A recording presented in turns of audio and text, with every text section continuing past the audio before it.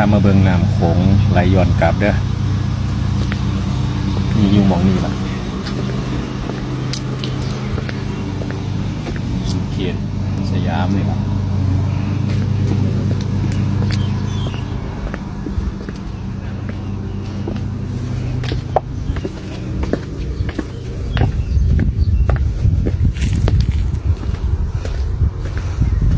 ไหลมาจากโน้น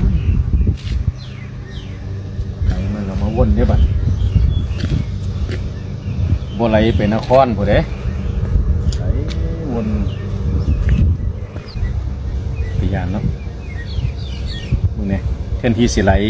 ลงไปโอ้หมองต่ำๆมันย้อนกลับขึ้นมาหมองนี้อัศจรรย์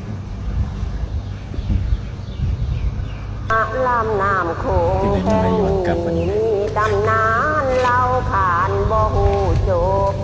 ถึงความรักความเศร้าละกำช้ำโศกของแม่หญิงนางหนึ่ง